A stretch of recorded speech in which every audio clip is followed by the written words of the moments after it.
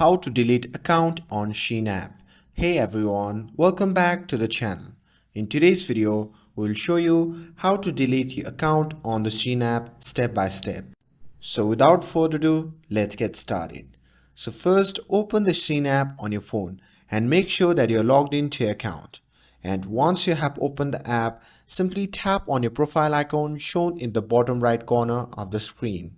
And after that, simply tap on the gear icon shown in the top right corner of the screen.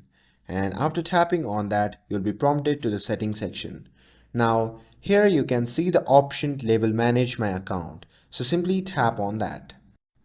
And now here you will find the delete account option. So simply tap on it and Shein will provide details about what happens when you delete your account.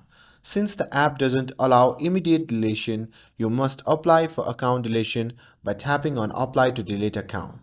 And a request will be sent, and once proceed, your account will be permanently deleted. And also note that this process is usually irreversible, so make sure you really want to delete your account before proceeding. And that's it. By following these steps, you can delete your Shein account. And with this, if you found this video helpful, then don't forget to like, share and subscribe to get updated for more videos. Thanks for watching, and I'll see you in the next video.